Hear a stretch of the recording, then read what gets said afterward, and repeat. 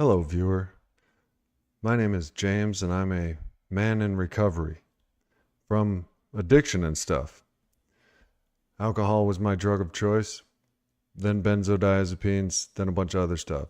If you or a loved one are seeking relief from the dis-ease of addiction, I stream addiction recovery live stream podcasts on this channel, Sober James, every Monday and Thursday at 9 p.m. Eastern Time. Now, Timothy Treadwell, the Grizzly Man, eaten by 12-foot grizzly. I don't know what size it was, but the facts are Timothy Treadwell was on his 13th summer in Grizzly Land. I had Timothy Treadwell and his wife. I have his information right here. On October 5th, 2003, Treadwell and his girlfriend Amy Huguenot were killed and almost fully eaten by a 28-year-old bear whose stomach was later found to contain Timothy Treadwell and his girlfriend Amy Huguenot. I bring this up on an addiction recovery channel because I just watched a pretty awesome documentary from a fellow YouTuber about the psychological quirks of Timothy Treadwell, and 13 summers in Grizzly. It was an Alaskan park, I think,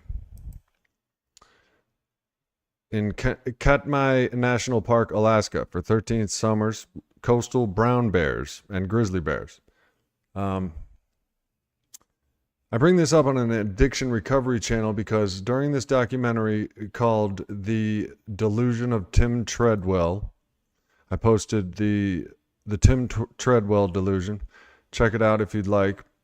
The link is in the description and in the chat box. But this is a medically and psychologically educated man describing Timothy Treadwell's situation and his theories on how he acts, and gets to a part in the story where Tim Treadwell himself was telling his personal story to the camera, as he did out there every 13th summer. I'm wondering if you... Well, good, Linby. It's good to have you. I'm wondering if you've seen The Grizzly Man or know the Tim Treadwell story. He was an admitted alcoholic that couldn't stop drinking. That's alcoholism. When you can't stop drinking, you don't have an off switch. And repercussions and consequences rain down upon you like hot fire. But in this case, he had to do something about his alcoholism, so he chose to live with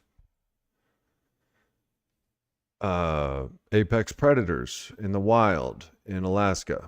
And he did it for 13 summers. He began to be delusioned in the way that he thought he was part of the bear. It's an interesting documentary. The part I want to talk about is the part where it appears to recover from the seemingly hopeless state of alcoholism or addiction, you need a power greater than yourself. Yourself is the problem. Myself is the problem. As an addict with a disease of addiction, I am the problem. So I need a power greater than me. Timothy Treadwell chose a power greater than him, turned his life and his will over to it, straight up was all about these bears for 13 years. And then got 8. Now, I hope some of you have seen the documentary or know about it, but the gist of it is this guy was explaining that to recover from addiction and alcoholism, you have to, and the 12 steps say it in the 3rd step, turn my will and my life over to the care of God as I understand him. And the step before that is come to believe in a power greater than myself that can restore me to sanity. Tim Treadwell was drinking.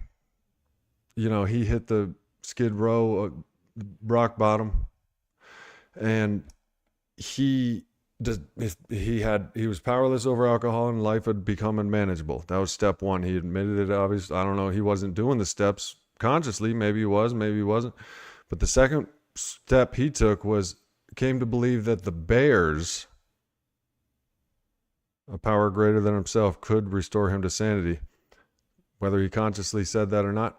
And the third, he turned his will and his life over to the care of a God as he understood it, which was, he was obsessed with those bears. It was his higher power. So he quit drinking.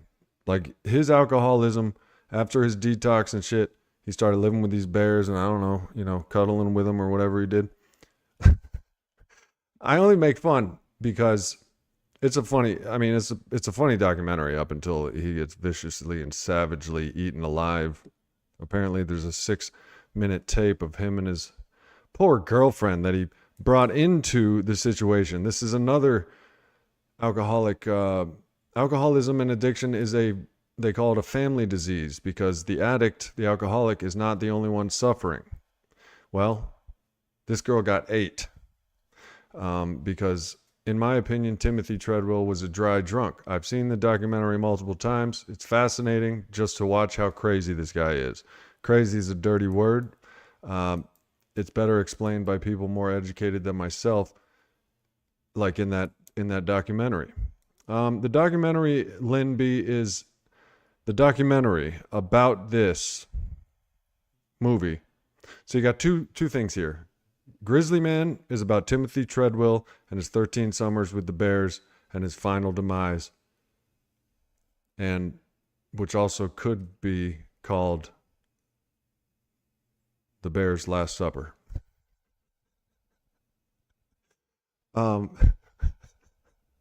Well, fuck them. You know what I'm saying? The guy landed. He was tearing up Timothy in his, the rib cage or whatever. He had to shoot the 28-year-old bear. So that bear died for no reason.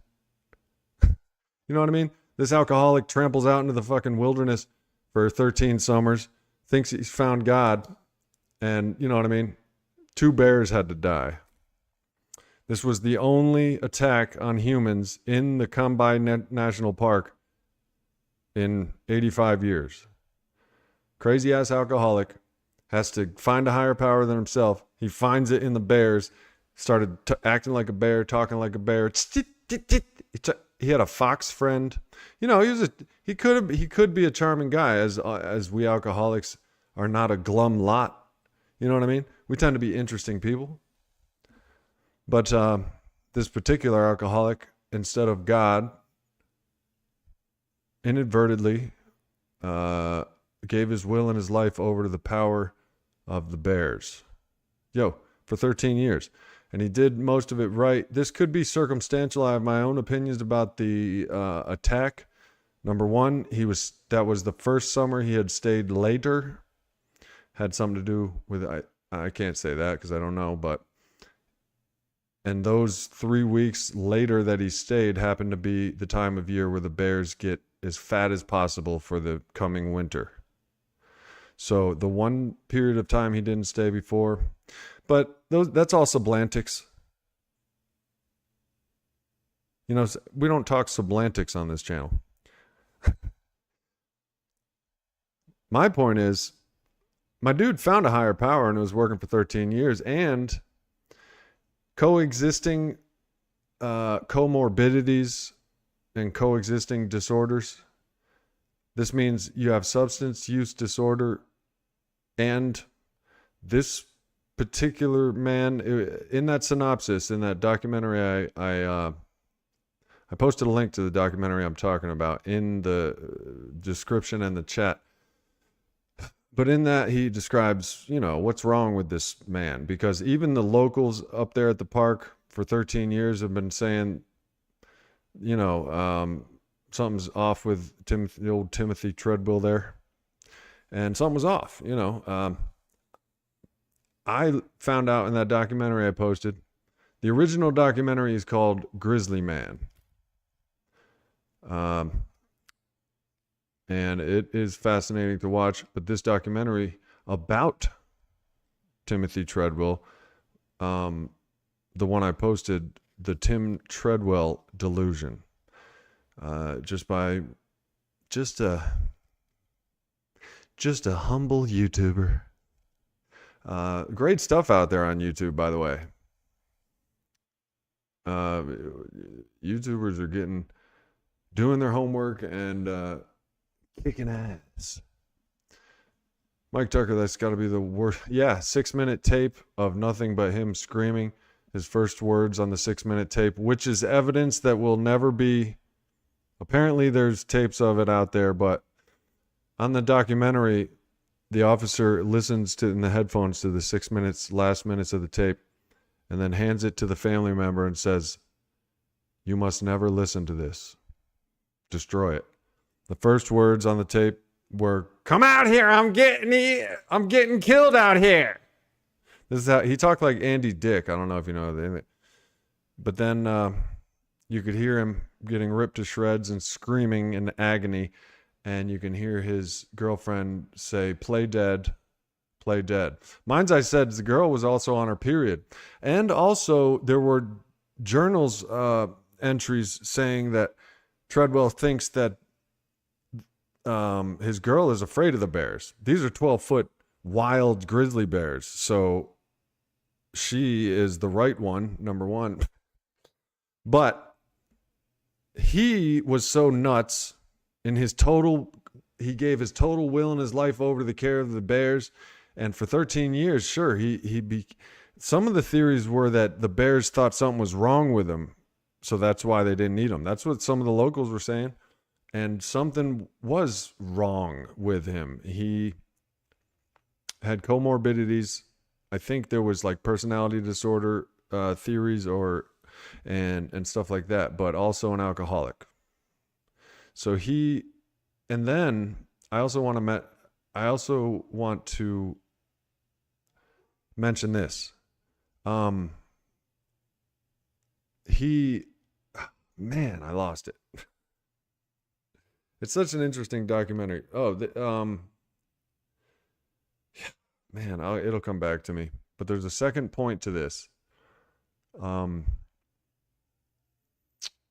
a second point that's explained in that documentary. Yeah, I'm not going. Well, I mean, I do crazy. I picked up a snake today to let it bite me to prove to my friend Brandon that cottonmouths do not reside in upland South Carolina, only around the coast, down through the coast of Georgia, and they're all in Florida. Cottonmouths, which used to be referred to as water moccasins. I was a big snake nerd. I wanted to be a herpetologist, but I just didn't want the herpes.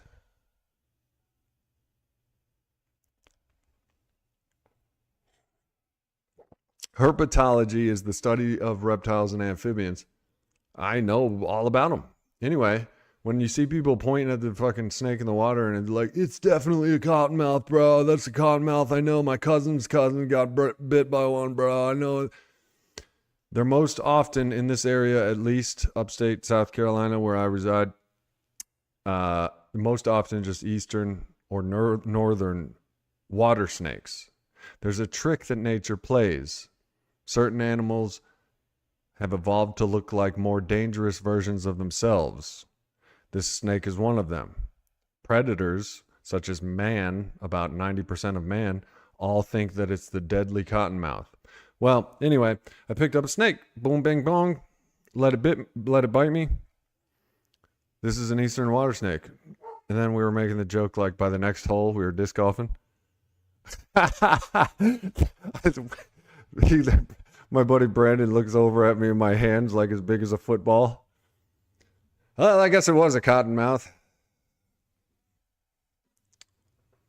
The only snakes I've ever dared to handle were pet snakes that my friends had. I would not pick up just any snake. Yeah, I knew it was going to bite me. Water snakes are aggressive. And there was a shit ton of them. Holy moly. I'm starting to turn green. Well, lighting is a thing in YouTube. You know what I mean? You got to get the lighting right and shit. And fucking hey, man. Grizzly Man 2. Bears like Polish food. Hey, man, I'm Polish. Well, let me tell you this story. So I'm Polish. My great people were from Poland. And I go into the store just yesterday. I go into the store I ordered a Polish sausage, and the guy was like, "You Polish?" And I'm like, "This racist mother." I'm like, "Sir, that's kind of offensive. I mean, what makes you think I'm Polish? Because I ordered a Polish sausage? What if I had ordered, a bratwurst? Would you think I was a German fella? What if I had ordered a Belgian waffle? Would you think I'm from Belgia?" And I says, "What if I ordered French bread? Would you think I'm French?" I said, "I think it's offensive that I come in here, I order a Polish sausage, and you immediately assume I'm Polish. What gives you the right?" And he said, "Well, first of all, it's a hardware store."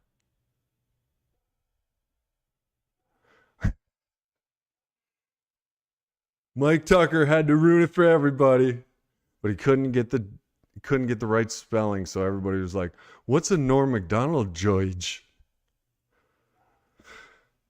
Well, tell me if I got you with that story. Tell me if you laughed. Please just give me an honest answer, because I'm going to go start doing stand-up again. I want to also speak on this stream. It's a total different kind of topic. I have a higher power, and I'm happy as fuck these days. One of the things I'm about to start doing again is living my truth. You like that, James Horn? And I've been told I'm funny. I love making people laugh, and I've done stand-up before. So I'm going to get back into doing it. Well, first of all, it's a hardware store. Oh, Norm Macdonald, rest in peace. Norm Macdonald had a sickening gambling problem. He lost everything he had 3 times. Just couldn't stop playing and smoking cigarettes. That was Norm Macdonald's, and I believe stand-up comedy. Thank God that was one of his vices. It's probably his anti-drug. It's probably his higher power. Norm Macdonald chose a higher power, stand-up comedy. Now, you're one of those gays I see. So I'm trying to also work on a Norm Macdonald impression.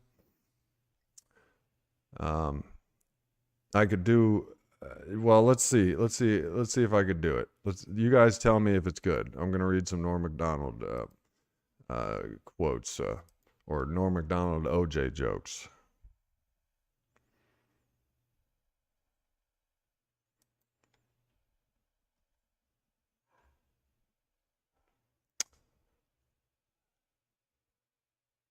All right, let's yesterday, Simpson trial judge, I'm not good at it yet. Lance Ito allowed that mysterious envelope to be opened, and it appears Simpson may already have won $10 million. He says funny shit. This week in the O.J. Simpson trial, after grisly photos of the murdered Nicole Brown Simpson were shown in court, O.J. turned his head away and wept. It was at that moment that he realized he would never be able to kill her again. On Friday, the Juice officially endorsed Bill Clinton for president, adding, quote, "I'd like to help him any way I can," to which the President Clinton replied, "Well, there is one thing."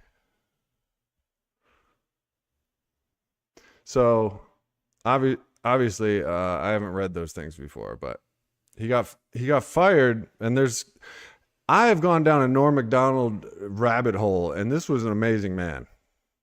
He had leukemia 10 years before he died of leukemia, and only a handful of people knew it. This wildly famous celebrity, only a handful of people knew he was on stage doing jokes about death. He played death in Family Guy. He played the voice of death, or Carl, I think his name was. And he's dying of leukemia. At the age of 20, in his 20s, he got stomach cancer, battled some stomach cancer in his 20s in Canada, where he's from. And right after, in his late 20s, or right after he battled stomach cancer, he crossed the border to the U.S. and started slaughtering stand-up comedy. Made it to the Laughing Factory or the Laugh Factory in 1 year when it took Sandler and other comedians of that caliber 6 years. He's a stand-up comic, and I've just been. But anyway, he speaks his truth. He speaks his truth, and there's testimonies to how he's affected the lives of people who knew him intimately. Dave Chappelle just said it changed his life. The summer filming with Norm Macdonald changed his life. Yeah, the Long Beach Laugh Factory. To get there as a comic, it usually takes about 6 years. You know, I don't know. This was in a documentary, but Norm Macdonald rabbit hole, man. He found a higher power. You know what I mean? He was battling cancer. His higher power was stand-up comedy. So most people know him obviously for his movies, but he was a stand-up comedian. Like his best work was he was a natural stand-up comedian. He as soon as he almost died in his 20s from stomach cancer, he just crossed the border and started stand-up, like slaughtering, because he naturally just slaughters. He kills audiences is the way it's an industry term for, doing well, being funny. You kill, like Kill Tony.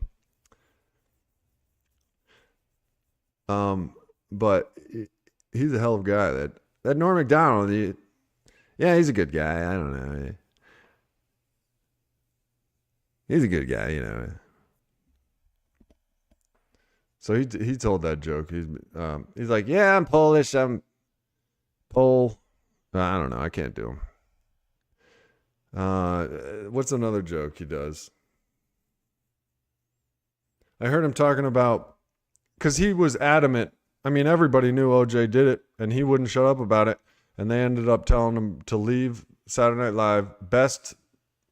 Arguably the best Weekend Update anchor of the series of Saturday Night Live. Chevy Chase was the first. You got Kevin Nealon. Now you got Colin Quinn. Scarlett Johansson's dude. And I don't know the new cast's name, but you've had Norm Macdonald. You've had Jimmy Fallon, I think. Jimmy Fallon and Tina Fey. Anyway, that was the time in the 90s where O.J. Simpson went down. And if you know anything about the O.J. Simpson trial, it was fueled by Johnny Cochran found the racial angle. It also the LA cops had also just previously beaten up, or they might have killed, I don't remember, Rodney,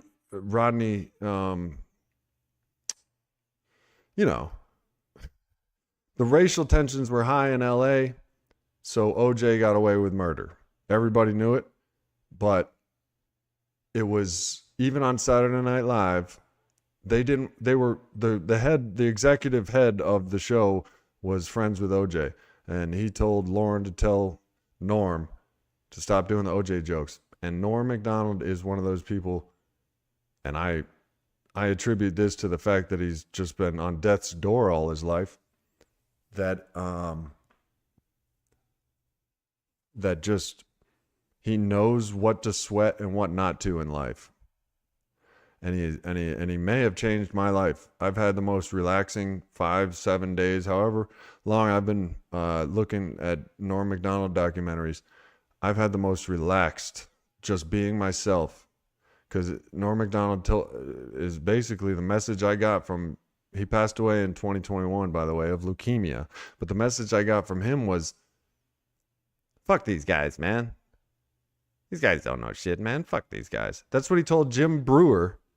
When Jim Brewer almost ruined his career before it even started, they were at a press release, and Jim Brewer said he doesn't watch SNL. It was an SNL press release and Lorne Michaels was there, and Jim Brewer was a young he was barely on the show. He was about to get fired because he said he doesn't watch SNL. And Norm Macdonald picked this up in all of his fucking comic wisdom. And and when he got the mic, he was the headliner. Everyone was there to see Norm Macdonald. And Jim Breuer said, I was sitting there thinking I was going to be fired before I even got hired. And then till Norm spoke up and he goes, and this was a live press, and he goes, where the fuck are we? Oh man. What? And he's like, is this the ass rape, conference? Like he played it coy, but they couldn't fire Norm. He's the Weekend Update guy until because every time they told Norm not to do an OJ joke, he would open with it. They'd be like, don't do it or this time you get fired. And his first joke on Weekend Update will be like, well, it's official in the state of California, murder is legal. And there'd be a big picture of O.J. Simpson's face. He would do jokes like that.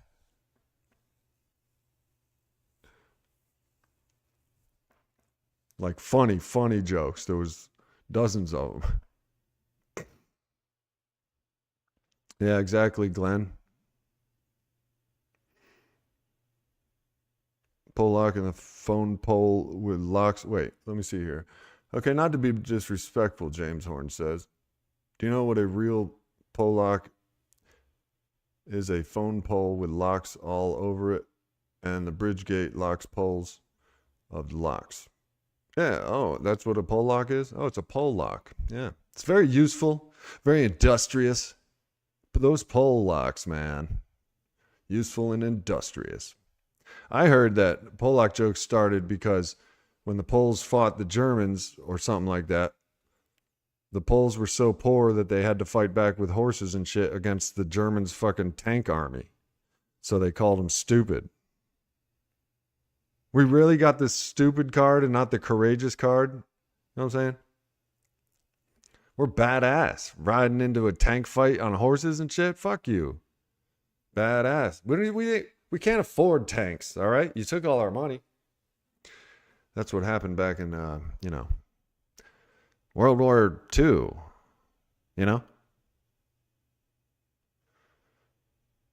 About Norm was spies to keep an eye on Chris Farley, who was last seen down in the restroom with Andy Dick. Yeah, I saw that story. Mind's eye. One of the first things I watched was comedians telling stories about Norm Macdonald, and that was one of them. Jim Brewers are the best. Okay, so yeah, Jim Brewers are the best. So Norm Macdonald has been kicked out of the state of Idaho or Nebraska, I'm not sure, but look out. And Jim Brewer told the story of that, and it was one of the funniest things I've ever heard. Jim Brewer was there; they were touring together, and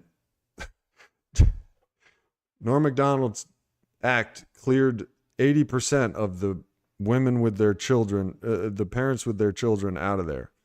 And then I wish I could tell it. Apparently, so they had this show. It was like at this center. They had like 30,000 capacity, and they were supposed to speak on something. I can't tell it. I don't want to ruin it. Well, it was supposed to be clean because there was children in the house. Norm Macdonald, the first thing he says is, if you were a gay guy, would you want to be the dick guy or the butt guy? And you could see people grabbing their children and running and shit. Jim Brewer said it was like a fire alarm had went off. All these people. And then the college kids stayed. They were howling with laughter is what Jim Brewer said.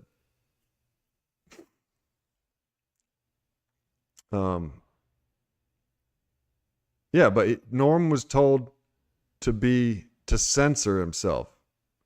He's not going to put out a cigarette, and he's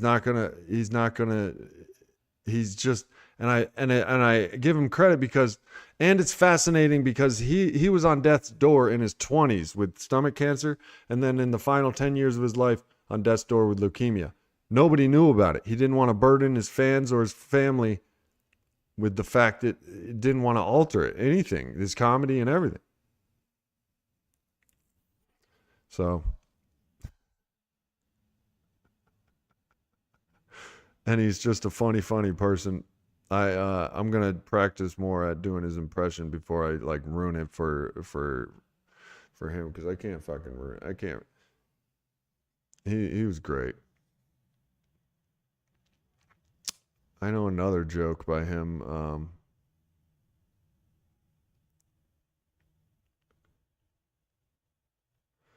But I can't stand. Yeah,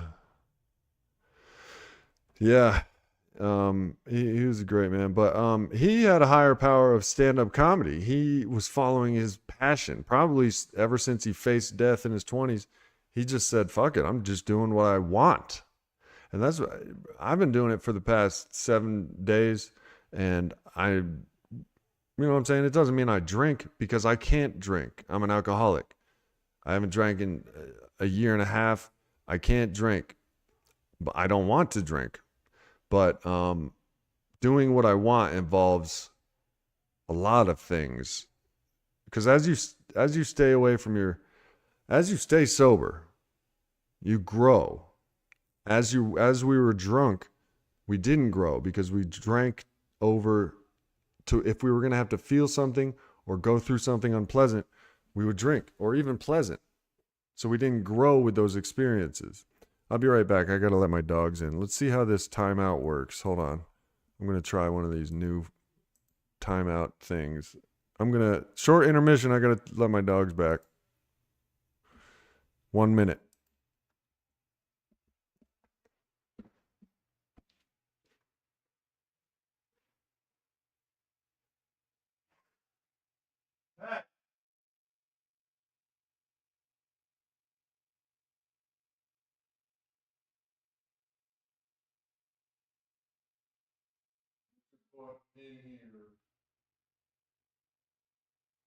Come on.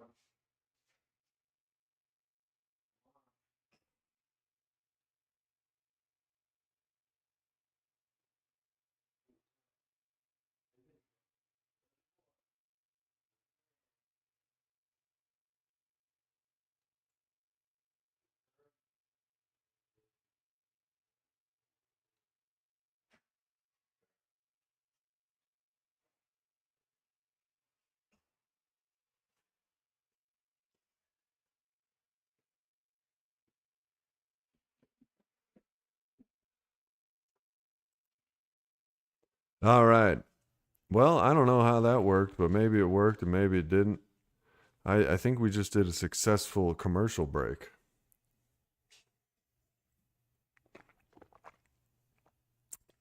That's another thing I learned. Letterman gave him his break. When he did his first stand-up bit on Letterman, Letterman loved him. He said, "Come back." Fucking, I think he was there like every night, just because Letterman thought he was hilarious.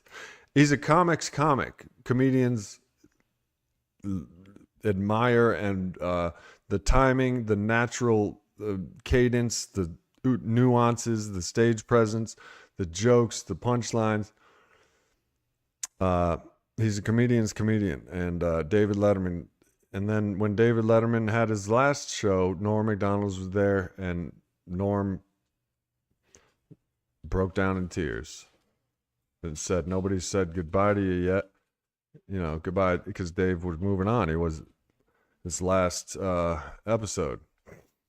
And I don't know, if you want to get to know an interesting man that suffered from addiction. He's a gambler and a smoker. Mostly, I don't. But his gambling addiction was definitely. They say the ending scene of SNL is always every Saturday night at the end of the episode of Saturday Night Live. The host, the special guests, the musicians, the actors, they're all hugging and shaking hands. This one guy was saying that you wouldn't be able to find Norm half the time, because he'd already be in a limo headed to Atlantic City to pull an all-nighter at the poker tables and shit.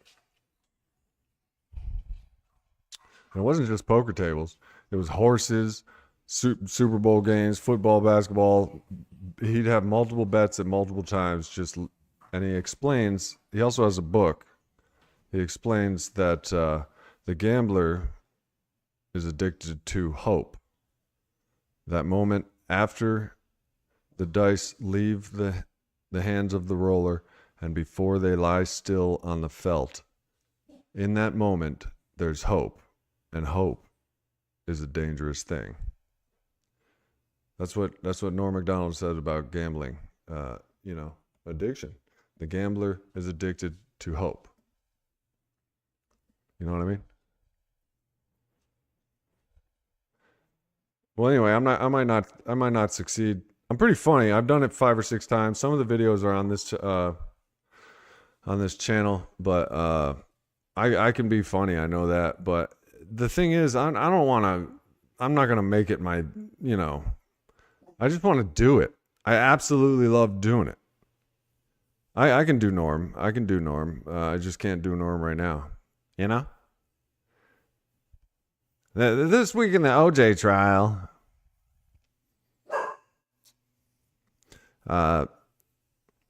Johnny Cochran and his team of lawyers became nervous when OJ threatened to cut their heads off.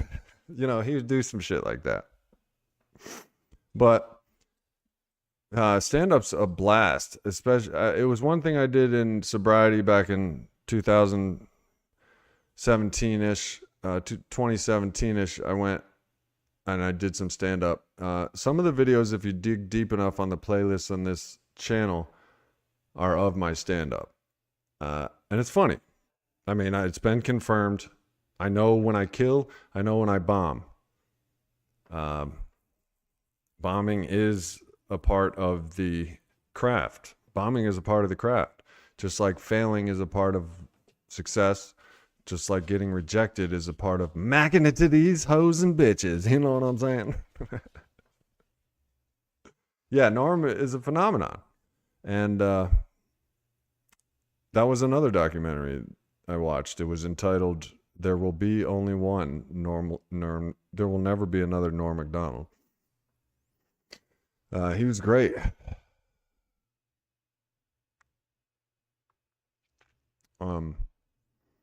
But some things we do naturally, and something Norm was a natural stand-up comic. I believe I have natural tendencies towards stand-up comedy. I have no doubt. I have no doubt, zero doubt. I have no doubt. Now, whether I get passionate enough to try to get up and you find your own comedic voice. Norm found his, and it was comedy gold. What he taught me is your voice is your voice. You know what I mean?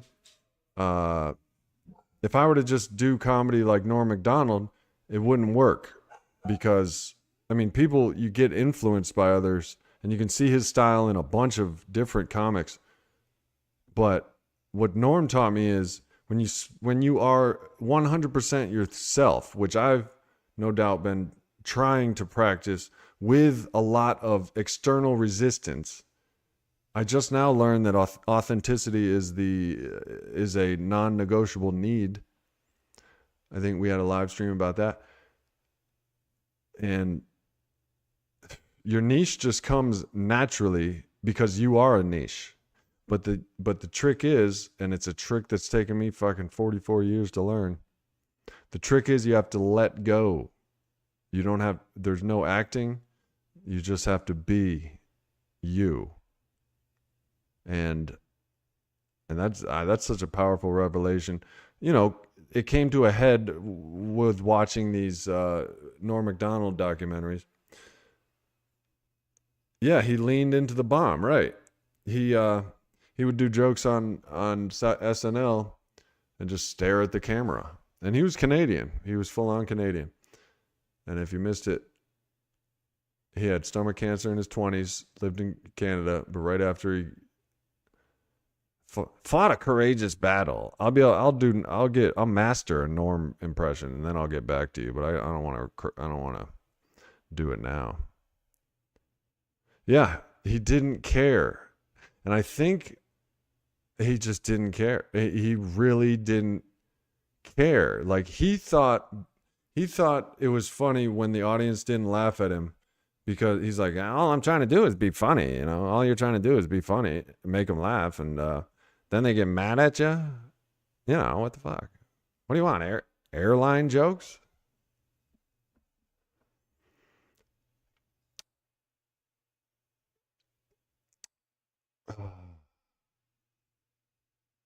Oh yeah. From Oh Brother Where Art Thou, James Horn. Jesus says, and George Nelson makes a withdrawal money problems, and George, not the cow, don't call me babyface. George Nelson. Yeah, another Coen Brothers film, Oh Brother Where Art Thou, one of my favorites. That's a beautiful film.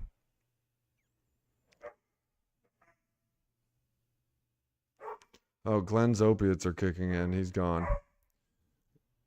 That's the thing. That's another thing. Treadwell, Timothy Treadwell, the Grizzly Man, picked the higher power being the Bears. 13 years later, eventually got eaten by him. Norm Macdonald picked a higher power. Stand-up comedy, the higher power of being yourself and being a good person and just being yourself, turned out pretty good for him. When we, the addicts, like Glenn with the opiates or me with my nicotine and weed, you know what I'm saying? These are things that aren't killing me, like alcohol and benzos, but we still put them as higher powers. Oh, that was what I was going to say about this documentary. Seeking. This psychologist analyzing Timothy Treadwell described addiction as seeking. It's a disease of seeking. We're always seeking that feeling, heroin, booze. We're always seeking that first high.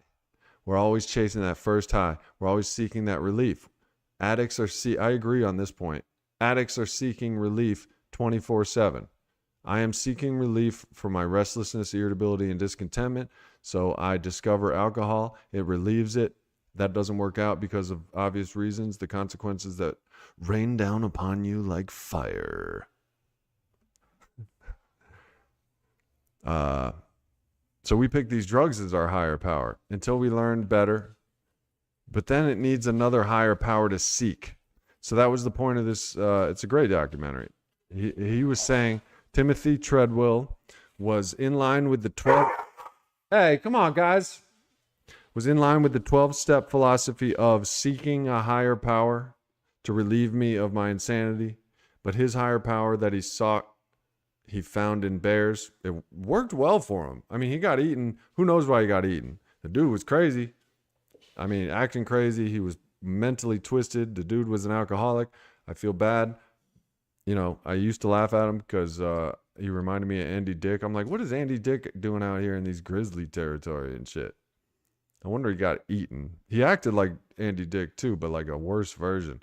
It was frustrating watching him, but I just found out he's an alcoholic, and I'm like, this poor guy needed to quit alcohol and thought that hanging out with 12-foot wild Kodiak brown bear grizzlies was a good idea. And you know what? It was. My dude lived pretty happy in his delusion. There were definite dry drunk moments. Delusion is a dry drunk thing. There was definitely anger, narcissism, egotistical. He thought he was the guy that was going to save the bears from the world. And this is basically making an enemy out of everyone else but you. And you are now he thought it was narcissism. So like he had alcoholism written all over him. Like it's no wonder I was like drawn to watch the documentary more than once. Timothy Treadwell, Grizzly Man, got eaten by his higher power. Norm Macdonald got lifted up and propelled by his higher power. Stand-up comedy. My higher power happens to be Alcoholics Anonymous as the program, and a God of my understanding when that's not around.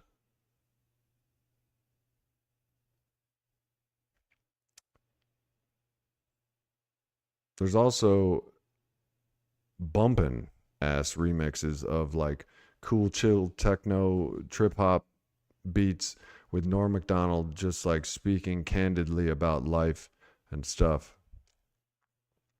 He said, that guy Stephen Hawking said God doesn't exist. I heard him say that. That's what Norm Macdonald said. He said, I heard Stephen Hawking say that God doesn't exist. I mean, that's just retarded. And I don't want to do it because he makes a better point. But it's like, how can the smartest, most acclaimed brain of our generation say something like that out of complete obvious bias. He said, science is theories. He's like, science is only proved in the history of science only about 4 things. Because everything else is theory, science, the theory of evolution. But he also said, when did scientists start saying the word unknowable? Group of drunks go to a early direction. Gift of desperation. James Horn. That was my God. The gift of desperation hits me like a gift. I start thriving. I've been kind of desperate this past few months on where am I? Who am I? Why do I exist? With the peer support direction, and but all it took was a little Norm Macdonald YouTube rabbit hole to teach me that I exist to be myself as close to 100% wise as I can. And he didn't even he didn't even mean to tell me that. That's what he demonstrated in his life. Revered by, Jerry Seinfeld, David Letterman, any comedy legend reveres Norm Macdonald, loves Norm Macdonald, just respects and looks up to Norm Macdonald as a comedian. And how did he do it?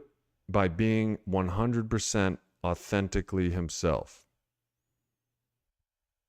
His joke about gays is because that was a 61-year-old man when he died. He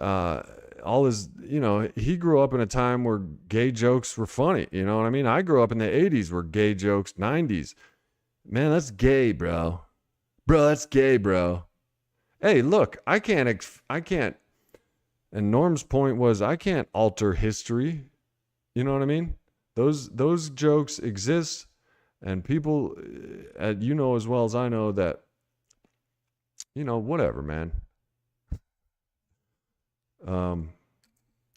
But Timothy Treadwell, the Grizzly Man, was being himself. He made it 13 years. Now, if you happen to be a dickhead, if yourself happens to be a dickhead, I guess it doesn't work out because a bear gets killed and you get your girlfriend eaten. And they claim that that 6-minute tape, he was screaming in agony as he got eaten alive by a grizzly bear. I don't imagine he was too confident in many of his decisions at that moment, but before that, he was kind of living blissfully. But I don't know the torment he experienced, though, in his personal moments. But he filmed most of his personal moments, but he did lose it. You could tell a couple times. Can't fake it until you make it. Fake don't make. Fake it until you make it. These sayings, more is revealed, because I used to wonder about that statement too, James. Fake it till you make it. Well, I don't want to be a fake. I want to make it. Well, that basically means act like the person you want to be, even if it feels awkward. Like me, I had to learn how to pray and depend on it, and like restorative prayer and meditation I had to learn. It was totally out of my wheelbox, not my idea, but I had to, you know what I mean?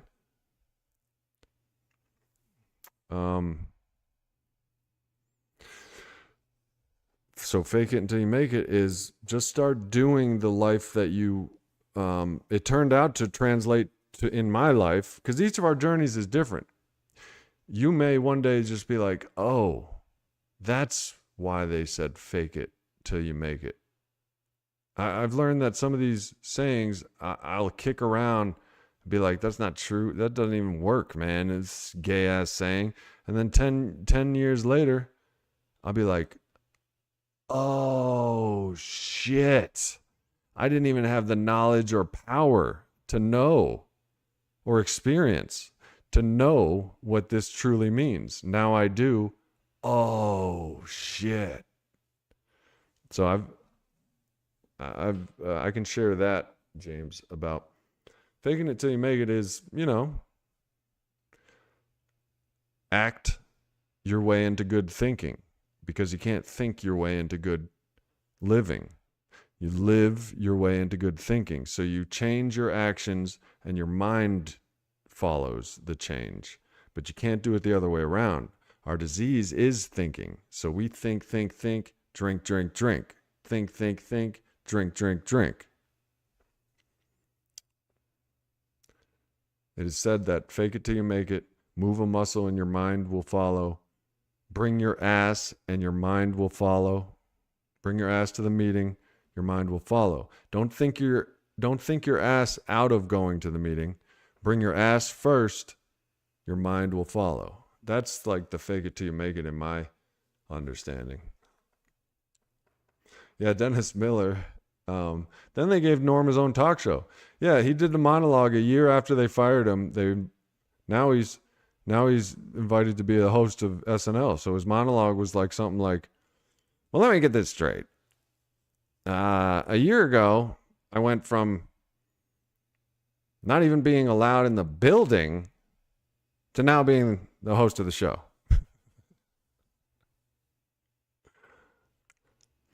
And they said, a year ago, they fired me. And they said, he was on the phone. He said, you're fired. And I was like, oh, no, that's no good.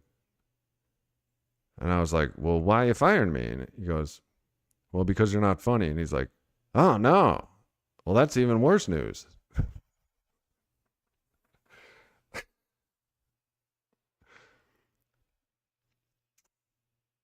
So in his monologue, he's like, well, the good news is I'm not funny. The bad news, or the good news is I can't do it, but whatever. He's funny. At least he didn't get eaten by bears. He got eaten by cancer.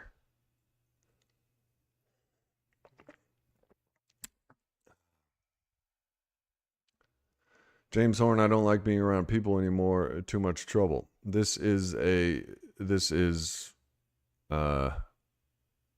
Isolation is bad, James Horn. Connection is the opposite of addiction. I know you don't want to hear that because I never want to hear it, because this is the disease.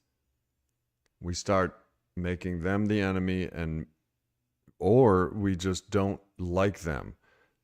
It's born in fear.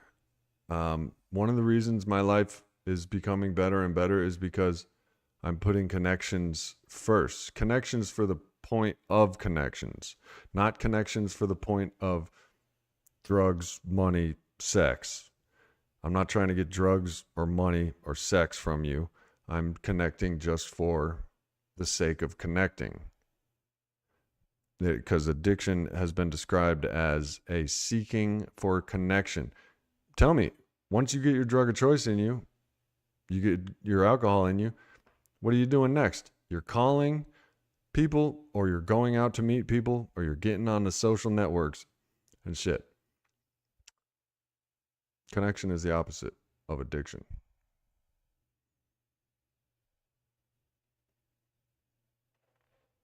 Connecting.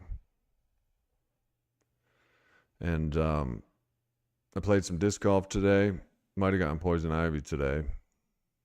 2 meetings. I am still working with the post office, but they was very defiant in what I'm going to do since I don't get paid for it.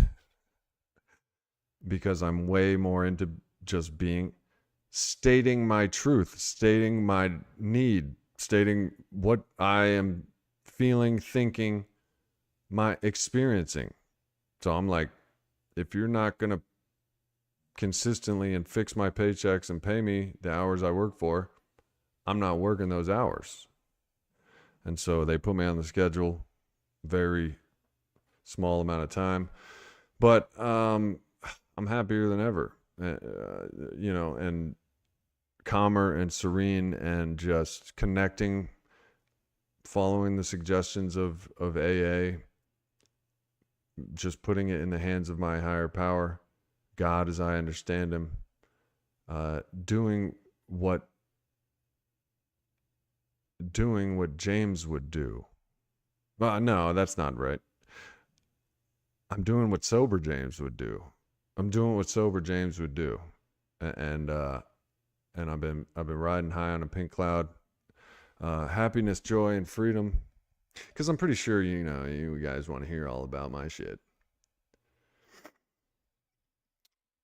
Yeah, you don't bullshit anybody, and like they make it hard to figure out that you're missing money. So I'm one of the few that have figured it out. One guy, well, I already told you this story. I'm doing what I need to do, and I'm happy right now because I'm not working at the post office, but 6 hours a week delivering gay ass packages. All right, y'all. Mondays and Thursdays at 9 p.m. Eastern Time. If you're going to pick a higher power, don't pick living in the wild with 12-foot grizzly bears. Pick something like AA. Pick something like stand-up comedy. Pick something like the spirituality of being yourself and a good, kind, honest person. And that about wraps it up. So I'll see you Monday at 9 p.m. Eastern Time. And until then, keep it clean, keep it real, and keep doing the damn thing. Peace.